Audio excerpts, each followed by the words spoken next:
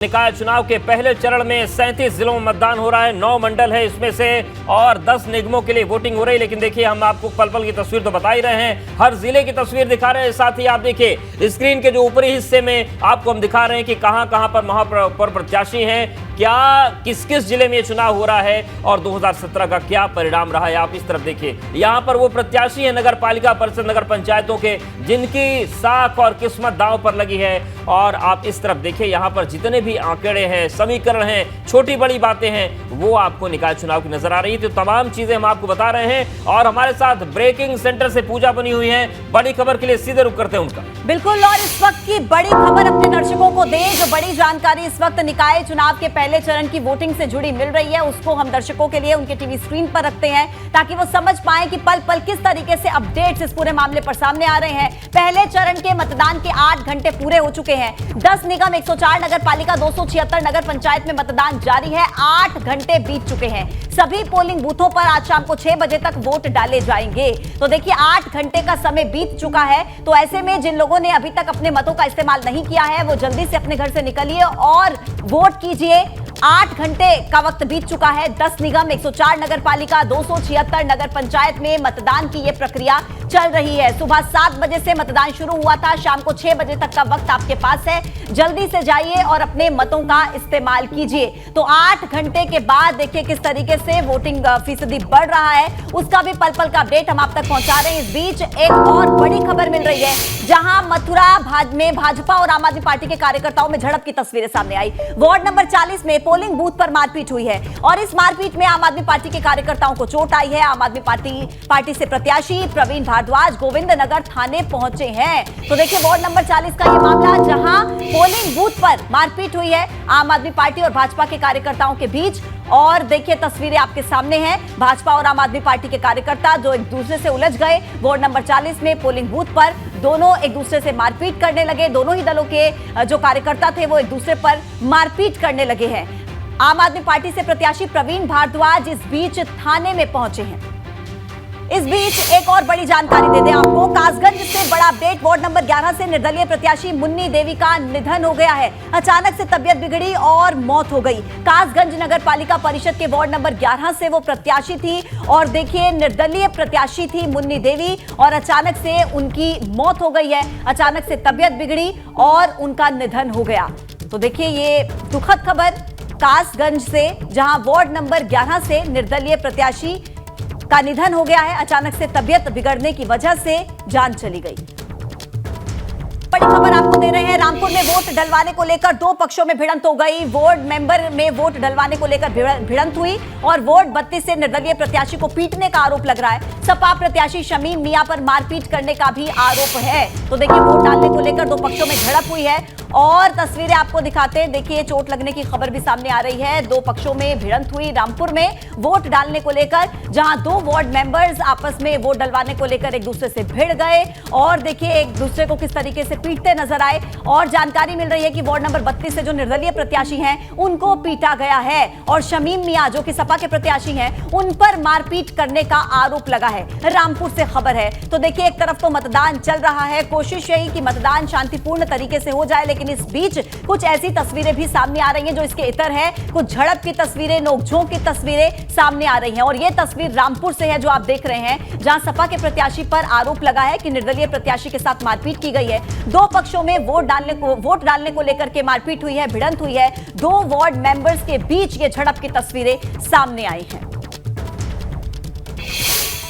तो देखिए, आज का दिन बहुत शांतिपूर्ण नहीं रहा है। कई जगहों से लड़ाई झगड़े की झड़प की तस्वीरें आई हैं। तो चलिए, कुछ और तस्वीरें हम आपको दिखा देते हैं कि कहां कहां झड़प हुई है। और आप ये देखिए, 4 तस्वीरें हम आपको दिखा रहे हैं। महाराजगंज में झड़प हो गई, प्रत्याशियों ने विवाद आपस में कर लिया। प्रयागराज में, लखनऊ में भी बवाल हुआ और फिरोजाबाद में भी हंगामा देखने को मिला है। तो ये 4 तस्वीर हम आपको दिखा रहे हैं। आपस में देखिए किस तरीके से समर्थक मारपीट कर रहे हैं। महाराजगंज में, प्रयागराज में भी 2 पक्ष आपस में भिड़ गए थे, उनको ही मतदान केंद्र से बाहर किया गया।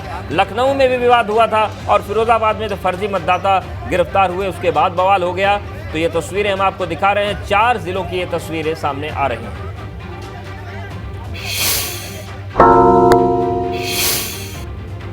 और चलिए, अब आपको बताते हैं कि किस तरीके से जो मुस्लिम मतदाता उन्होंने बढ़ चढ़ कर हिस्सा लिया और कुछ तस्वीरें हम आपको दिखाते हैं, 4 तस्वीरें दिखाते हैं किस तरीके से जो मुस्लिम महिलाएं थी उन्होंने बढ़ चढ़कर मतदान में हिस्सा लिया। आगरा की तस्वीर हम आपको दिखा रहे हैं। वहीं दूसरी तस्वीर है शामली की, जहां पर पिंक बूथ बनाया गया, बड़ी संख्या मुस्लिम मतदाता पहुंचे, मुस्लिम वोटर्स में उत्साह देखने को मिला। मुरादाबाद और फिरोजाबाद में भी ऐसी तस्वीरें सामने आई जहां पर बढ़ चढ़कर मतदान किया गया। बात करते हैं आगरा की। आगरा में शहर और कस्बों में मतदान शांतिपूर्ण तरीके से संपन्न हो, इसके लिए जिला मुख्यालय में कंट्रोल रूम स्थापित किया गया है। एडीएम नागरिक आपूर्ति सुशीला अग्रवाल को कंट्रोल रूम का प्रभारी बनाया गया है। कंट्रोल रूम पर कोई भी सूचना उपलब्ध होती है तो तत्काल जोनल और सेक्टर मजिस्ट्रेट को फॉरवर्ड किया जा रहा है। शहर की सरकार चुनने के लिए आगरा की जनता लगातार मतदान कर रही है। आगरा प्रशासन ने एक कंट्रोल रूम बनाया है जहां समस्याओं का त्वरित निस्तारण हो रहा है। ये कंट्रोल रूम में तमाम कहा जाए जो तमाम कर्मचारी अधिकारी देख रहे हैं, ये एक तरह से वॉर रूम की तरह काम कर रहे हैं, जहां जो भी इंफॉर्मेशन पहुंचती है, जो भी किसी ईवीएम में खराबी की बात आती है तो उसको तुरंत संज्ञान में लिया जाता है, संबंधित अधिकारी को बताया जाता है। पब्लिक लगातार फ़ोन कर रही है तो उसका संज्ञान लिया जा रहा है। इसके साथ ही जो मतदान हो रहा है उसका हर 2 घंटे पर जो पोलिंग परसेंटेज है उसका भी कंपाइलेशन यहाँ हो रहा है। और इस कंट्रोल रूम की जो प्रभारी हैं वो ADM civil supply Sushila Agarwal ji बनाई गई हैं, हमारे साथ हैं। मैडम, किस तरह से ये वॉर रूम काम कर रहा है? हाँ, इसमें 2 तरीके के काम किए जा रहे हैं इस समय कि एक तो जो शिकायतें आ रही हैं उनको दर्ज करना, फिर दर्ज करने के उपरांत जो भी संबंधित हैं उनको उसका कन्वे कर देना, कम्युनिकेट कर देना, जिससे कि वो उसका निराकरण करा सकें। दूसरा, यहाँ पे जो पोलिंग हो रही है इस समय उसका परसेंटेज कितना रहा, तब से सारे जोनल मजिस्ट्रेट जो हैं उनसे लेके जो है कंपाइल किया जा रहा है। पब्लिक कंप्लेन करती है सपोज, तो किस तरह से इस कंप्लेन को रजिस्टर किया? हमारे जो रजिस्टर जो भी अटेंड कर रहे हैं उसको उसमें दर्ज करते हैं, रजिस्टर में दर्ज करते हैं, और जो संबंधित जैसे जोनल मजिस्ट्रेट हैं जिस भी एरिया के और एसडीएम हैं उनको अवगत करा दिया जाता है कि ये प्रॉब्लम आपके यहाँ आ रही है, इसको तत्काल दूर करवाएं। तो मैं आपको तस्वीरों के जरिए दिखाना चाहता हूँ कि ये लगातार अलग अलग टेबल बनाकर यहाँ काम चल रहा है। और देखिए यहाँ तमाम जो अधिकारी बैठे हुए हैं, तो आप समझ सकते हैं कि ये आज शहर की सरकार चुनने का दिन है, लोगों पर बड़ी जिम्मेदारी है। तो जो निर्वाचन से जुड़ी हुई तमाम जो अधिकारी हैं, जो कर्मचारी हैं, उनकी भी एक महती जिम्मेदारी होती है व्यवस्था को सुचारू और बहुत ही स्मूथ करने के लिए। तो उसी क्रम में ये इस समय ये जो कंट्रोल रूम है बहुत ही महत्वपूर्ण भूमिका में रहता है और तमाम समस्याओं का निस्तारण हो रहा है और हर चीज़ों को लेकर यहाँ बहुत ही सीरियसली से इसको नोट किया जा रहा है और संबंधित अधिकारियों को कन्वे किया जा रहा है। और हर 2 घंटे पर जो पोलिंग परसेंटेज है उसका जो डेटा कंपाइलेशन का काम है वो भी इसी कंट्रोल रूम से हो रहा है। आगरा से मिथुन उपाध्याय, एबीपी गंगा। फर्जी मतदान करने पहुंचे 4 लोग हिरासत में लिए गए हैं। फर्जी आधार कार्ड लेकर पहुंचे थे मतदान करने के लिए, चारों को नगर कोतवाली भेजा गया। गर्ल्स इंटर कॉलेज मतदान केंद्र का ये पूरा मामला बताया जा रहा है, जहां फर्जी मतदान करने पहुंचे 4 लोगों को हिरासत में लिया गया। दरअसल आधार कार्ड था उनके पास, वो फर्जी था और मतदान करने के लिए वो पहुंचे, जिसके बाद उन्हें हिरासत में लिया गया। ये देखिए तस्वीरें, 4 वो लोग जो अपना आधार कार्ड दिखाते हैं, लेकिन जब देखा गया तो पता लगा कि ये फर्जी आधार कार्ड था और ये मतदान करने के लिए यहाँ पर पहुंचे थे। फर्जी आधार कार्ड लेकर मतदान केंद्र में पहुंचते हैं और वहां पर वोट करने के लिए पहुंचे थे ये। और इसी बीच एक बड़ी खबर मैनपुरी से आपको दे रहे हैं। मैनपुरी से क्या अपडेट है हमारे पास, वो आपके टीवी स्क्रीन पर रख दिया हमने। देखिए मैनपुरी के बूथ गोला बाजार पर फर्जी वोटिंग को लेकर खबर सामने आई है। देखिए फर्जी मतदान करने की कोशिश की गई, बूथ गोला बाजार पर ऐसी कोशिश की गई, हालांकि मौके पर ही फर्जी मतदान पकड़ लिया चुनाव अधिकारी ने। तो बड़ी जानकारी आप तक पहुंचा रहे हैं। फर्जी आधार कार्ड के जरिए मतदान करने की कोशिश की जा रही थी मैनपुरी में, लेकिन समय रहते चुनाव आयोग को इसकी सूचना मिली और इस बात की जानकारी मिल गई कि वो फर्जी व्यक्ति थे जो यहां पर मतदान करने के लिए पहुंचे थे। भारी पुलिस बल की तैनाती वहां पर की गई है। और इसी बीच देखिए मैनपुरी में बूथ गोला बाजार का ये पूरा मामला, जहां कोशिश की जा रही थी फर्जी मतदान करने की, हालांकि समय रहते चुनाव अधिकारी ने मौके पर ही फर्जी मतदान को पकड़ लिया, यानी कि साफ हो गया कि फर्जी मतदान करने की कोशिश थी। और मैनपुरी में भाजपा और निर्दलीय प्रत्याशी के समर्थकों में मारपीट हुई। फर्जी वोट डालने को लेकर मारपीट हो गई। निर्दलीय समर्थक था फर्जी वोटर, पुलिस ने आरोपी युवक को हिरासत में ले लिया और पुलिस की मौजूदगी में जमकर हंगामा हुआ। तो विवाद की तस्वीरें भी लगातार देखने को मिल रही हैं और इस विवाद के बीच मैनपुरी से तस्वीर आप सामने आई है जहां पर बवाल हुआ और इस बवाल को बढ़ने से हालांकि पुलिस ने रोकने की कोशिश की, लेकिन बवाल की तस्वीर आ रही है। आप तस्वीरें देखिए किस तरीके से मारपीट होने लगी। देखते ही देखते मामला ये था कि भाजपा और निर्दलीय प्रत्याशी के समर्थकों में मारपीट हो गई, फर्जी वोट डालने को लेकर विवाद हुआ और देखते ही देखते यहाँ पर लात घूंसे चलने शुरू हो गए और काफी देर तक बवाल मचा रहा। पुलिस ने आरोपी युवक को हिरासत में ले लिया है। पुलिस की मौजूदगी में जमकर हंगामा हुआ। आप देखिए फर्जी वोटिंग को लेकर विवाद हुआ था, जिसने बवाल का रूप ले लिया और लात घूंचे यहाँ पर चल गए। और आप देखिए किस तरीके से पुलिस जद्दोजहद करती हुई नजर आ रही है। और चलिए बात कर लेते हैं मैनपुरी के बाद आगरा की। आगरा में मुस्लिम बाहुल इलाकों में जबरदस्त उत्साह दिख रहा है, लोग जमकर मतदान कर रहे हैं। ऐसे में पार्टी प्रत्याशी जूही प्रकाश लोगों से समाजवादी पार्टी के पक्ष में मतदान करने की अपील कर रही है। इस बार सबसे बड़ा दारोमदार ये है कि बीएसपी भी अपना दावा कर रही है कि मुस्लिम समाज हमारे साथ है। आप खुद कह रही हैं, तो क्या लग रहा है कि बटेगा वोट या एक तरफा जाएगा? एक तरफा जाएगा, क्योंकि मैं खुद जा रही हूँ, मैं खुद विजिट कर रही हूँ, तो मैं अंदर तक खुद देख कर आ रही हूँ क्या माहौल चल रहा है। बहुत अच्छा माहौल चल रहा है, एक तरफा ये अफवाहें हैं, अफवाहों पर ध्यान न दिया जाए। अफवाहों पर ध्यान न दिया जाए। कुल मिला के चेहरे पर मुस्कान है, कॉन्फिडेंस है जूही के, और अब लगातार आप भ्रमणशील हैं शहर में, तो क्या किस तरह का टर्नआउट हो रहा है? सबसे पहली बात तो लोग ये चीज़ को एक्सेप्ट कर रहे हैं कि यंग कैंडिडेट है, तो बहुत अप्रिशिएशन मिल रहा है मुझे ये चीज़ का, और ये बहुत एक्टिव है, सुबह से निकली हुई है, तो इस चीज़ का भी सबसे ज़्यादा अप्रिशिएशन मुझे मिल रहा है। तमाम संघर्षों से आप निकली हैं, तमाम चाहे वो आर्थिक हों या सोशल बैकग्राउंड कोई पॉलिटिकल नहीं रहा है, तो आपको लग रहा है कि एक शहर को एक नौजवान बेटी के तौर पर एक मेयर कैंडिडेट मिल रहा है? हाँ, शहर को एक ऐसा युवा मिल रहा है जो पढ़ा लिखा भी है, सक्षम है, जिसको सारी टेक्नोलॉजी, सारी चीज़ों के अच्छे से अवेयर है वो, इन चीज़ों से। तो मुझे लगता है कि जनता पूरी तरह से बदलाव चाहेगी, क्योंकि बदलाव की स्थिति है। लोग खूब बड़ी संख्या में निकल रहे हैं, वोट कर रहे हैं। पुलिसिया बंदोबस्त आप देखिए किस तरह से, जो घुड़सवार पुलिस है वो भी यहाँ मौजूद है। इस गली में अभी थोड़ी देर पहले यहाँ एसपी कैंडिडेट जूही प्रकाश आई, उन्होंने लोगों से जनसमर्थन मांगा। बीएसपी कैंडिडेट हैं डॉक्टर लता वाल्मीकि, वो भी यहाँ पहुँची हैं, वो भी जनसमर्थन मांग रही हैं। अब जनता जनार्दन को आशीर्वाद देना है। 13 तारीख को तय हो जाएगा कि शहर की सरकार किसे जनता चुन रही है। आगरा से नितिन उपाध्याय, एबीपी गंगा। बड़ी खबर इस वक्त हमें मिल रही है लखीमपुर खीरी से। लखीमपुर खीरी से क्या अपडेट है हमारे पास, वो देखिए आप। लखीमपुर खीरी में जहां दोपहर 3 बजे तक का मतदान फीसद आपको बता रहे हैं, 44.96% मतदान वहां पर हुआ है। झांसी में दोपहर को 3 बजे तक 41% मतदान हुआ है। इसके अलावा देखिए जो मतदान फीसद है वो लगातार बढ़ रहा है, लेकिन अभी और बढ़ने की जरूरत है। लखीमपुर खीरी में दोपहर को 3 बजे तक मतदान प्रतिशत देखिए 44.96% मतदान हुआ है और झांसी में ये आंकड़ा 41% तक पहुंचा है। दोपहर को 3 बजे तक का ये अपडेट हम आपको दे रहे हैं कि मतदान फीसद लगातार बढ़ रहा है, लेकिन जहां पर मतदान फीसद कम है वहां पर अभी और बढ़ने की जरूरत है। उन्नाव में देखिए 47.78% मतदान हुआ है। अब ऐसे में जो भी वोटर्स अभी तक अपने घरों से नहीं निकले, वोट नहीं कास्ट किया है, वो कृपया जाएं और अपना मत का इस्तेमाल जरूर करें। 41% मतदान झांसी में दोपहर 3 बजे तक हुआ है। तो देखिए मतदान फीसद को और बढ़ाना है और पिछली बार के तुलना में इस बार एक रिकॉर्ड कायम कर सकती है यूपी की जनता निकाय चुनाव में। तो मतदान फीसद को बढ़ाइए, घरों से निकलिए, वोट कास्ट कीजिए, ये आपका कर्तव्य भी है और आपका अधिकार भी। और चलिए अब सीधे रुख कर लेते हैं, डेटा सेंटर का कुछ महत्वपूर्ण आंकड़े सामने आ रहे हैं, वो समझते हैं और आयुषी के पास चलते हैं।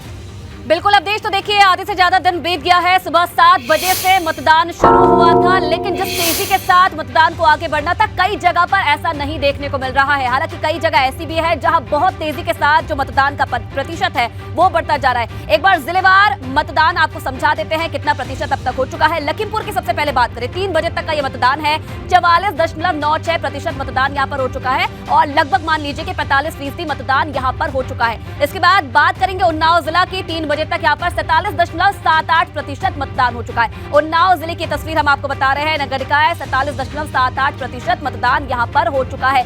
धीरे धीरे आगे बढ़ता जा रहा है। नगर निकाय झांसी जिले की अगर बात की जाए तो 41% मतदान झांसी जिले में हो चुका है। सुबह 7 बजे से मतदान शुरू हो गया था और 3 बजे तक 41% मतदान झांसी जिले में हुआ है। तो उन्नाव के बाद झांसी जिले की तस्वीर हमने आपको बताई। इसके बाद बात करेंगे कौशाम्बी जिला की, यहाँ पर 3 बजे तक 44.89% मतदान हुआ है। कौशाम्बी जिला की हम लोग बात कर रहे हैं, 44.89% मतदान यहां पर हो चुका है। माना जा रहा है क्योंकि देखिए 6 बजे तक मतदान होगा तो जहां जहां पर कम अभी वोट पड़े हैं वहां पर और वोट प्रतिशत बढ़ने की उम्मीद जताई जा रही है। जैसे जैसे दिन और बढ़ेगा मतदान प्रतिशत बढ़ेगा।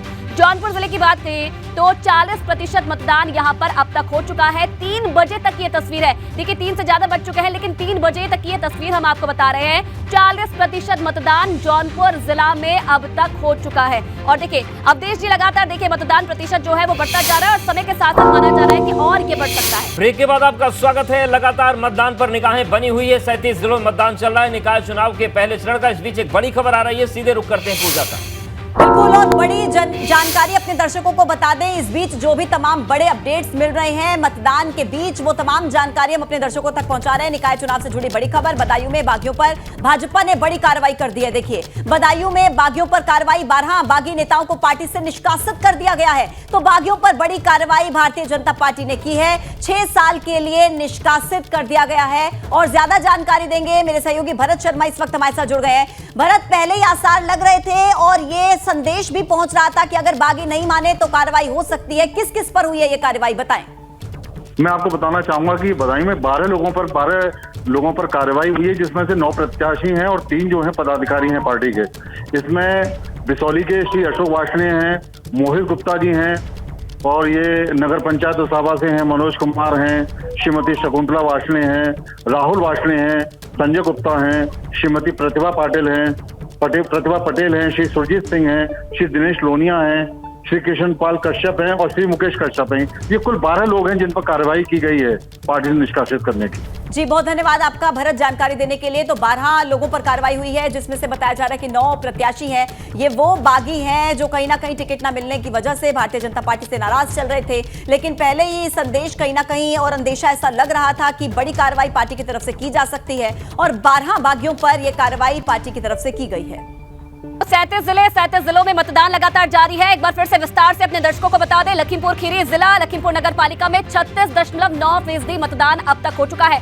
3 बजे तक का ये आंकड़ा हम अपने दर्शकों को बता रहे हैं। लखीमपुर खीरी मोमडी नगर पालिका की बात की जाए तो 54.36% यहां पर मतदान अब तक हो चुका है। लखीमपुर खीरी की हम लोग अभी बात कर रहे हैं। लखीमपुर खीरी जिला पलिया नगर पालिका की अगर बात की जाए तो 47% मतदान यहां पर अब तक हो चुका है। लखीमपुर खीरी की पलिया नगर पालिका 47% मतदान यहां पर हो चुका है और धीरे धीरे जो प्रतिशत है वो बढ़ता जा रहा है। लखीमपुर खीरी की गोला नगर पालिका की अगर बात की जाए तो 43.88% मतदान यहां पर अब तक हो चुका है। गोला नगर पालिका 43.88% मतदान यहां पर हो चुका है, यानी कि 3 बजे तक का जो ये आंकड़ा है अब तक सामने आया है। लखीमपुर खीरी की ओयल नगर पंचायत की अगर बात की जाए तो 55.62% मतदान यहां पर हो चुका है। और इसी के बाद लखीमपुर खीरी के निघासन नगर पंचायत की अगर बात की जाए तो 50% मतदान यहां पर हो चुका है। 50% का जो आंकड़ा है वो पार कर गया है निघासन नगर पंचायत। और इसके बाद लखीमपुर खीरी की बीरा नगर पंचायत की अगर बात की जाए तो 47.93 यानी कि 48% मतदान यहां पर अब तक हो चुका है। लखीमपुर खीरी की नगर पंचायत नगर पालिका का हाल हम आपको बता रहे हैं, कितना प्रतिशत मतदान यहां पर 3 बजे तक हो चुका है। लखीमपुर खीरी की बरबर नगर पंचायत की बात अगर की जाए तो 58.27% मतदान अब तक यहां पर हो चुका है। इसके बाद बारी आती है धौरहरा नगर पंचायत की 51.77% मतदान अब तक हो चुका है। लखीमपुर खीरी जिला का हाल हम आपको बता रहे हैं। और इसी के बाद बारी आती है सिगाही नगर पंचायत की 55.32% मतदान यहां पर हो चुका है। इसके बाद मैलानी नगर पंचायत की अगर बात की जाए तो 48.57% मतदान अब तक हो चुका है। लखीमपुर खीरी जिला का हाल हम आपको बता रहे हैं, नगर पालिका नगर पंचायत कितना प्रतिशत मतदान हुआ है। खीरी नगर पंचायत की अगर बात की जाए तो 48.8% मतदान खीरी नगर पंचायत में अब तक हो चुका है। दिन ढलने के साथ साथ जो प्रतिशत है वो और बढ़ने की उम्मीद जताई जा रही है, क्योंकि अभी भी मतदान केंद्रों पर जो मतदाता हैं वो लगातार लगे हुए हैं। नगर निकाय यानी कि 39.5%, रामपुर की अब हम लोग बात कर रहे हैं, रामपुर नगर निकाय में 39.5% मतदान अब तक पड़ा है और बढ़ने की उम्मीद जताई जा रही है। हो सकता है कि आंकड़ा और बढ़ता जाए, लेकिन रामपुर जिला नगर निकाय 39.5% मतदान यहां पर हो चुका है। और इसके बाद सीतापुर जिले की अगर बात की जाए तो नगर निकाय में 44.46% मतदान अब तक पड़ चुका है। 3 बजे तक का यह आंकड़ा है। जैसे जैसे समय बीत रहा है प्रतिशत बढ़ता जा रहा है। और इसके बाद सीतापुर जिला की सीतापुर नगर पालिका की अगर बात की जाए तो 32.8% मतदान अब तक हो चुका है। सीतापुर नगर पालिका में 3 बजे तक का ये मतदान प्रतिशत है। सीतापुर नगर पालिका का 32.8% मतदान यहां पर हो चुका है। सीतापुर जिले की बिस्वा नगर पालिका की अगर बात की जाए तो 44.47% यहां पर मतदान अब तक हो चुका है बिस्वा नगर पालिका। इसके बाद बारी आती है लहरपुर नगर पालिका। यहां पर 55.5% मतदान हुआ है, यानी कि 50 का आंकड़ा पार कर दिया है। खैराबाद नगर पालिका 53.7%। सबसे ज्यादा देखिए सीतापुर जिला प्रतिशत में आगे निकलता जा रहा है, 53.7%। महमदाबाद नगर पालिका की अगर बात की जाए तो 49.2%, यानी कि जल्द ही 50 का आंकड़ा ये भी पार कर लेगा। मिश्रिक नगर पालिका की अगर बात की जाए तो 59.19%। सीतापुर जिला आगे निकलता जा रहा है मतदान में। मिश्रिक नगर पालिका का हाल आप देख रहे हैं, 59.19% मतदान हुआ है।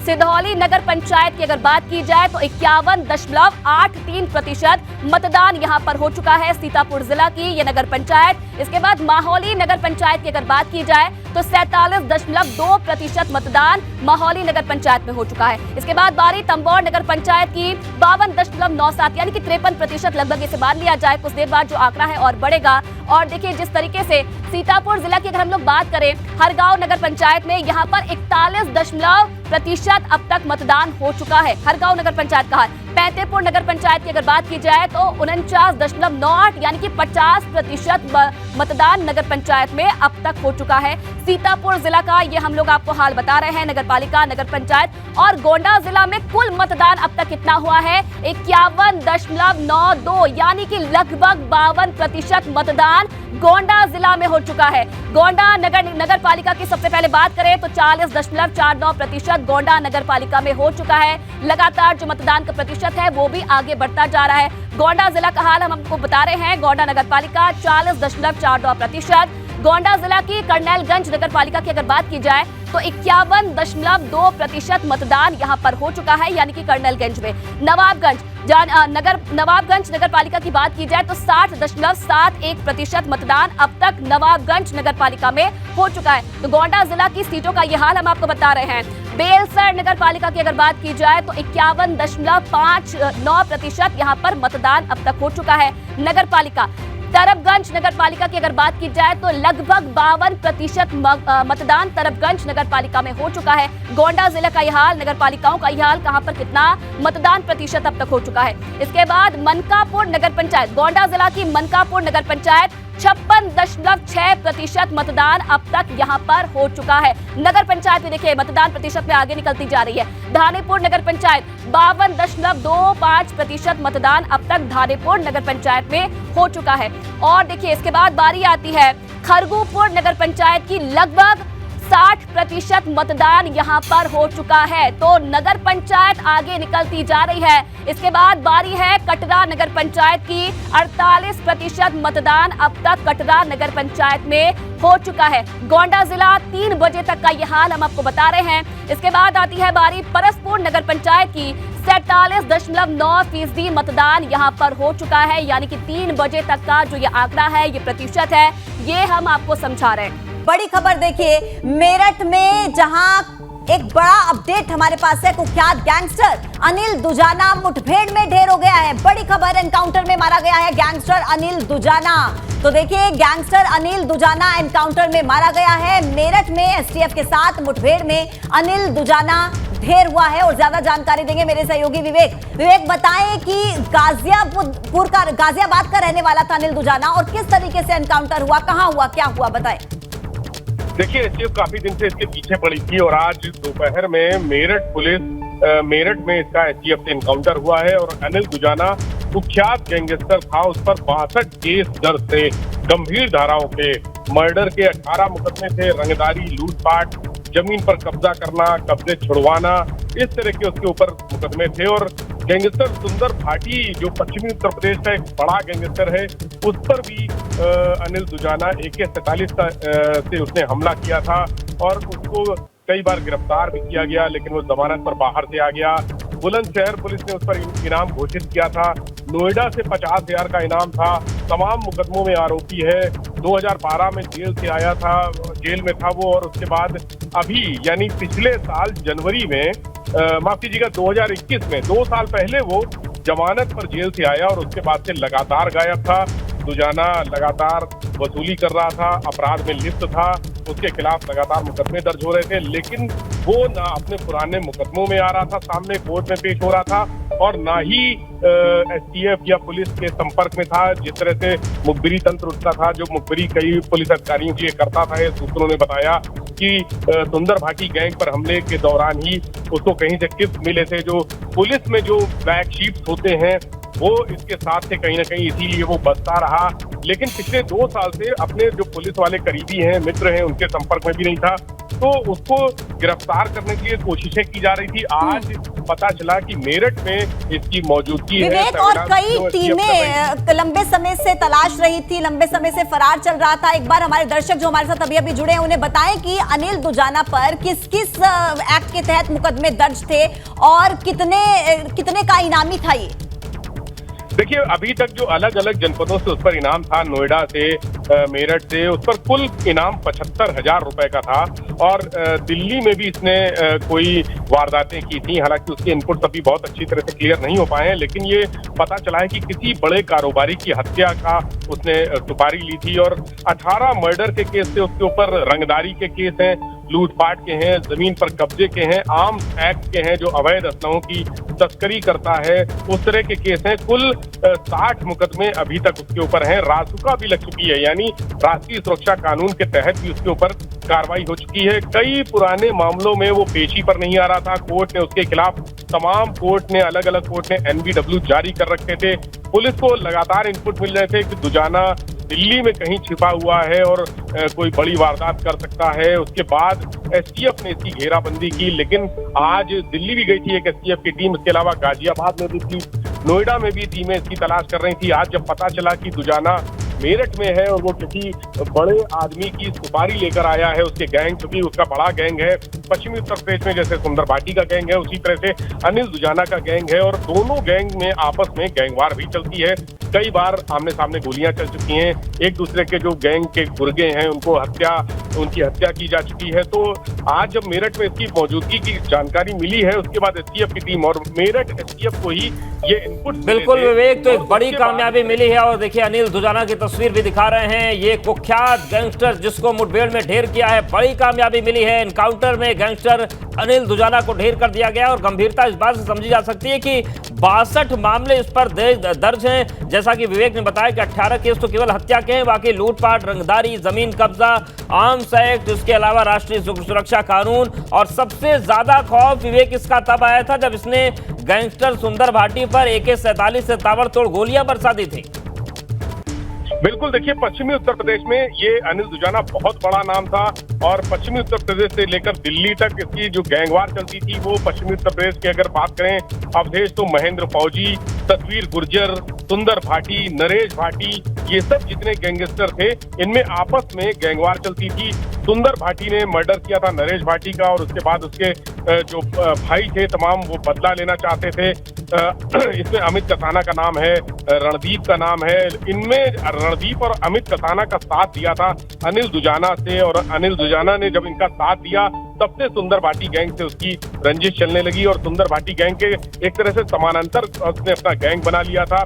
पश्चिमी यूपी में उसका आना जाना लगा रहता था, तमाम जनपदों में आना जाना लगा रहता था। और इसी दौरान 2011 में एक शादी थी, वहां पर रणदीप, अनिल दुजाना और अमित कसाना ये तीनों लोग थे जब सुंदर भाटी गैंग पर AK-47 से ताबड़तोड़ फायरिंग की थी। 3 लोग इसमें मारे गए थे, लेकिन सुंदर भाटी बच गया था। इस ट्रिपल मर्डर ने पूरे प्रदेश में सनसनी फैला दी थी। उसके बाद जनवरी 2012 में अनिल दुजाना को गिरफ्तार किया गया था और उसको जेल भेज दिया गया, और तब से अनिल दुजाना इतना बड़ा नाम हो गया कि उसने अपना गैंग बनाया और जेल से ही गैंग को ऑपरेट करने लगा। जो रणदीप और अमित कसाना के साथ इसने छोटी सी आपराधिक अपनी दुनिया अपराध की शुरू की थी, वो 2012 में AK-47 से 3 लोगों की हत्या करने के बाद बड़ी हो गई और उसने अपना गैंग एक फॉर्म कर लिया, फॉर्मेशन किया और जेल से ही गैंग को चलाना शुरू कर दिया। बाहर से उसके गैंग को ये रणदीप भाटी और अमित कथाना उसके गैंग को फॉलो करते थे, उसको सपोर्ट करते थे।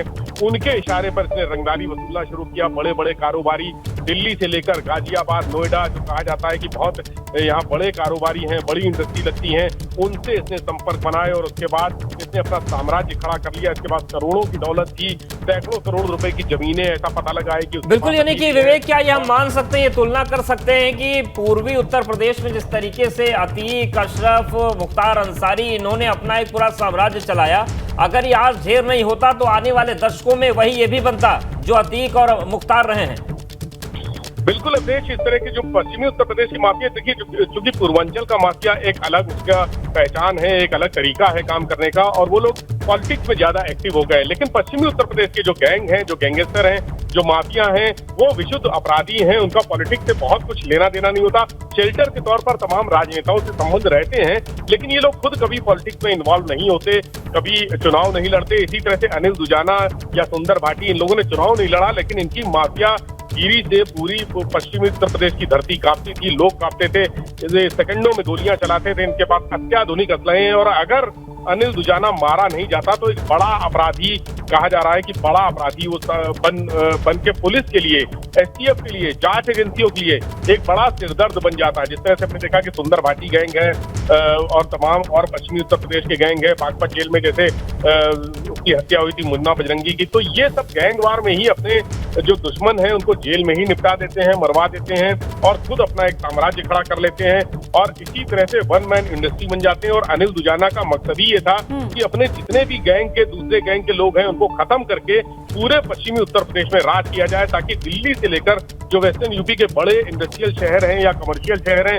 वहां पर इसकी बादशाहत चल सके और वहां से जो पैसा आता है, जो वसूली आती है, जो रंगदारी वसूली जाती है, जिसकी करोड़ों रुपए कीमत होती है, महीने में करोड़ों रुपए आते हैं, उस पर इसका पूरा साम्राज्य खड़ा किया जा सके, ऐसी इसकी मंशा थी। और इसी मंशा के तहत वो तमाम लोगों से दिल्ली में रहता था, मेरठ में रहता था, गाजियाबाद, नोएडा, ऐसे पश्चिमी उत्तर प्रदेश से वो शहर जो धन संपदा में बहुत आगे हैं, जहां पर बड़ी इंडस्ट्रियां हैं, बड़े उद्योग हैं, बड़े लोग रहते हैं और बड़े बड़े कॉल सेंटर से भी ये बताया जा रहा है कि उसको पैसा मिलता था, क्योंकि कॉल सेंटर बहुत ज्यादा जो चल रहे हैं नोएडा या गाजियाबाद में वो अवैध तरीके से चल रहे हैं, वहां से भी उसको शेल्टर प्रदान करने के लिए, पुलिस से प्रोटेक्शन के लिए पैसा दिया जाता था। ठीक है विवेक, यानी कि कुल मिलाकर इसके तार दूर दूर तक फैले हुए थे और कहीं ना कहीं संरक्षण भी मिलता था आर्थिक तौर पर भी, लेकिन पारिवारिक बैकग्राउंड क्या था अनिल दुजाना का, विवेक वो भी बताएं।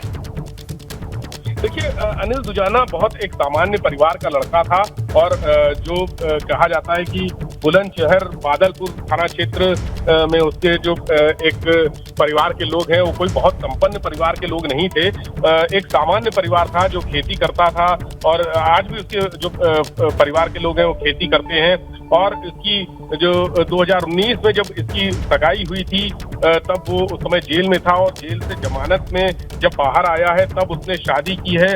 और इनके जो पिता हैं वो एक छोटे किसान हैं, उनका किसी किसानी से कोई एक 40 बीघा जमीन के आसपास का कोई छोटा सा विवाद था। इसके लिए उन्होंने जो शुरुआती गांव की रंजिश होती है वहां से इसने अपराध का, छोटा अपराध था, आपसी रंजिश से ये सिलसिला शुरू हुआ गांव से और वो अपराध जो छोटे छोटे उसने मारपीट और बदला लेने की नीयत से गोलियां चलाना या ताबड़तोड़ हमले करना शुरू किया दूसरे विरोधियों पर। उसने इसको इस मुकाम तक पहुंचा दिया कि वो जिस तरह से रणदीप है और अमित कथाना है उनसे जुड़ा और उनसे जुड़कर एक बड़ा, अगर उसके फैमिली को देखें तो फैमिली की कोई ऐसा बैकग्राउंड नहीं था कि सभी वहाँ कोई अपराधी हो। वो ये बात जरूर थी कि गाँव की जो रंजिशें होती हैं, जमीन पर कब्जे करने की जो झगड़े होते हैं, क्योंकि पश्चिमी उत्तर प्रदेश में बहुत सारी जमीनें ऐसी हैं जहाँ कब्जे करने को लेकर आस पड़ोस के लोगों में झगड़ा होता है और ये बहुत आम बात है वहाँ पे। लेकिन वो 40 बीघा जमीन का जो छोटा सा, ठीक है विवेक, सनुज ने भी हमें ज्वाइन कर लिया है और सनुज से बात कर लेते हैं, वो भी हमारे दर्शकों को बताएंगे कि अनिल दुजाना जो अपराध की दुनिया में एक बहुत बड़ा नाम बन सकता था लेकिन उसे धराशायी कर दिया गया। क्या जानकारी है सनुज आपके पास, बताएं हमारे दर्शकों को। देखिए, मेरठ में एसटीएफ ने अनिल दुजाना को मार गिराया है, एनकाउंटर में अनिल दुजाना को मार गिराया है। गौतम बुद्ध नगर का ये रहने वाला था और पश्चिम उत्तर प्रदेश में जराइम की दुनिया का एक बड़ा नाम था। आप ये सोचिए कि मुख्यमंत्री योगी आदित्यनाथ कल मेरठ आ रहे हैं और उनसे मेरठ आने से पहले एक इतने बड़े बदमाश का एनकाउंटर करना कहीं ना कहीं आप खुद समझ सकते हैं कि किस तरीके से पश्चिम उत्तर प्रदेश में अपराध को, जराइम को खत्म करने के लिए पुलिस की बात हो, एसटीएफ की बात हो, वो लगातार पूरी कोशिश कर रही है। अनिल दुजाना चूंकि पैरोल पर बाहर बताया जा रहा है और किसी बड़ी घटना को अंजाम देने की फिराक में था, और यहाँ जो एसटीएफ है, एसटीएफ ने जो फोन है, मोबाइल फोन, वो सर्विलांस पर ले रखा था और अनिल दुजाना मेरठ में किसी से मिलने आया था और मिलने के दौरान ही ये यहाँ पर किसी के साथ जाकर किसी बड़ी वारदात को अंजाम देने की फिराक में था। एसटीएफ ने पूरी घेराबंदी करी। मेरठ पुलिस को इस बात की जरा सी भनक भी नहीं लगी और एसटीएफ ने घेराबंदी के दौरान दोनों तरफ से बताया जा रहा है कि गोलियां चली और उसके बाद जो अनिल दुजाना है वो मुठभेड़ में मार गिराया गया। करीब 70 से ज्यादा मुकदमे अनिल दुजाना पर दर्ज थे। जराइम की दुनिया का बड़ा नाम रहा है। कई ऐसी बड़ी घटनाएं हुई कि जब अनिल दुजाना का नाम आता था तो पुलिस भी अपने कदम पीछे खींच लिया करती थी, लेकिन योगीराज में जो चीजें हैं वो बहुत तेजी से बदली है। बड़े बड़े अपराधियों की जो कुंडली है वो खंगाली जा रही है।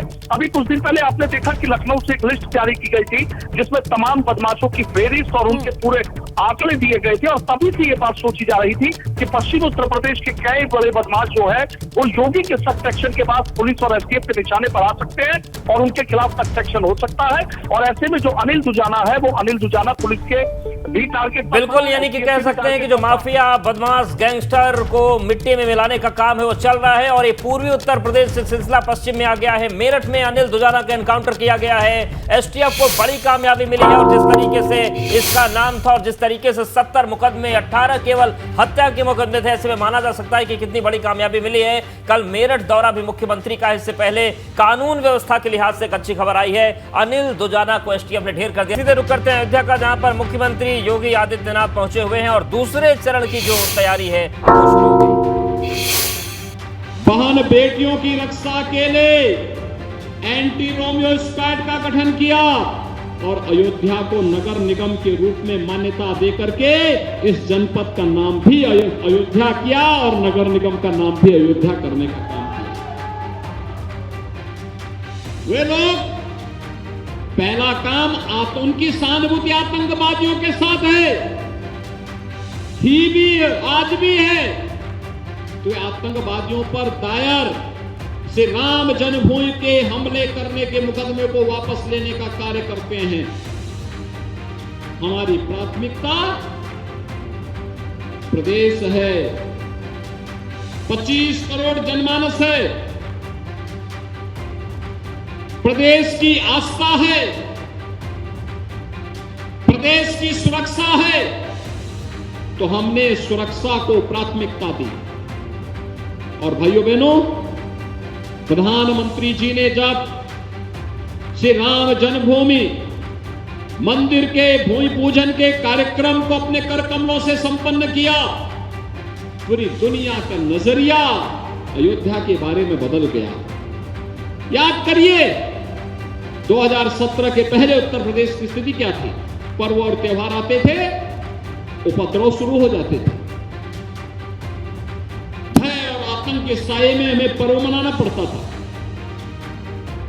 17 के बाद प्रदेश में कोई दंगा सुना है क्या? कोई दंगा होता है उत्तर प्रदेश में? अब उत्तर प्रदेश की पहचान उपद्रव से नहीं है। आज उत्तर प्रदेश की पहचान आज उत्सव से है, उत्सव से। दीपोत्सव, अयोध्या का दीपोत्सव याद है ना? ये डबल इंजन सरकार की देन है, अयोध्या को उसकी पहचान दिलाने का। देव दीपावली, मथुरा वृंदावन में रंगोत्सव, ये उत्तर प्रदेश की पहचान बन रही है। उत्सव और महोत्सव का प्रदेश है उत्तर प्रदेश, उपद्रव और माफिया का प्रदेश नहीं है उत्तर प्रदेश। और उपद्रव और उपद्रवी और माफिया के लिए उत्तर प्रदेश में कोई जगह नहीं है। और इसलिए भाइयों बहनों, आपने देखा होगा, हमने राम राज्य की उस परिकल्पना को साकार किया। योजना सबके लिए, तुष्टीकरण किसी के नहीं। हमने तुष्टीकरण की नीति पर नहीं चले, हम तो सशक्तिकरण की नीति पर चले हैं। समाज के सशक्तिकरण के कार्यक्रम को आगे बढ़ाना, समाज के हर तबके के सशक्तिकरण के कार्यक्रम को आगे बढ़ाना। आवास की सुविधा हर गरीब को, उसकी जाति, उसका मत, उसका मजहब देखे बगैर योजना का लाभ मिले। शौचालय हर गरीब को, उज्ज्वला योजना का कनेक्शन हर जरूरतमंद को, आयुष्मान भारत की योजना का लाभ हर जरूरतमंद को, राशन की सुविधा का लाभ हर जरूरतमंद को, 15 करोड़ गरीबों को फ्री में राशन पिछले 3 वर्ष से सरकार दे रही है। ये डबल इंजन की सरकार दे रही है। और भाइयों बहनों, डबल इंजन अयोध्या की दृष्टि से तो महत्वपूर्ण है ही। आज यहाँ की सड़कें चौड़ी हो रही हैं, थोड़ा कष्ट होगा, लेकिन जब इस वर्ष के अंत तक ये बन करके तैयार हो जाएंगी तो अयोध्या की सड़कों के सामने देश और दुनिया की सड़कें फेल होंगी। चलेंगे तो स्मार्ट सड़कें होंगी, अयोध्या की स्मार्ट सड़कें।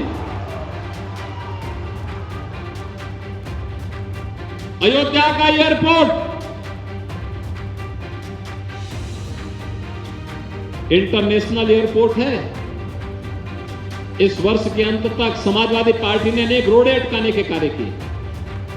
लोग मुझसे कहते थे कि समाजवादी पार्टी के लोगों को हो क्या गया कि एयरपोर्ट भी नहीं बनने देना चाहते।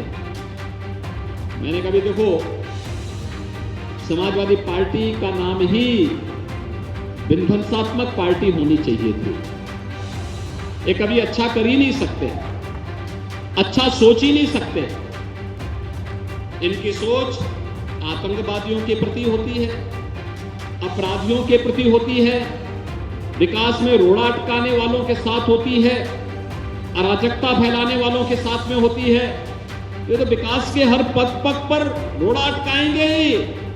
उनका काम है रोड़ा अटकाना, हमारा काम है उस बैरियर को हटा करके विकास के कार्य को प्रशस्त कर लेना। आज अयोध्या का एयरपोर्ट भाइयों बहनों इस वर्ष के अंत तक बन करके तैयार हो जाएगा और इंटरनेशनल एयरपोर्ट होगा। देश और दुनिया की हर फ्लाइट अयोध्या में आएगी। अयोध्या आज एक नए सिरे से अपनी पहचान बना रही है। और इसलिए भाइयों बहनों, जो यहां पर महंत बृहस्पति त्रिपाठी जी ने जो बात कही कि 60 वार्ड हैं, ये 60 वार्ड में 60 कमल के फूल हमारे प्रत्याशियों के वार्ड पार्षद के जीत करके आए। एक और ये कार्य होना है, महापौर को चुनाव जिताना है। साथ साथ अन्य नगर निकायों में भी भारतीय जनता पार्टी का बोर्ड बने। इस दृष्टि से आज मैं अयोध्या वासियों से अपील करने के लिए एक बार फिर से आया हूं। भाइयों बहनों, पिछली बार हमारा बोर्ड था, अकेले अयोध्या में लगभग 17,000 गरीबों को नगरीय क्षेत्र में हम लोगों ने प्रधानमंत्री आवास योजना का लाभ दिया था। 8,670 पटरी व्यवसायियों को पीएम स्वनिधि योजना का लाभ दिया गया। 42,672 निराश्रित महिलाओं को, 1,976 दिव्यांगजनों को और 89,400 से अधिक वृद्धजनों को फिर पेंशन 12,000 रुपए सालाना पेंशन की सुविधा का लाभ ये डबल इंजन की सरकार अकेले अयोध्या में दे रही है। तो मुख्यमंत्री योगी आदित्यनाथ इस वक्त अयोध्या में संबोधित कर रहे हैं। दूसरे चरण का जो चुनाव है उसके लिए प्रचार कर रहे हैं।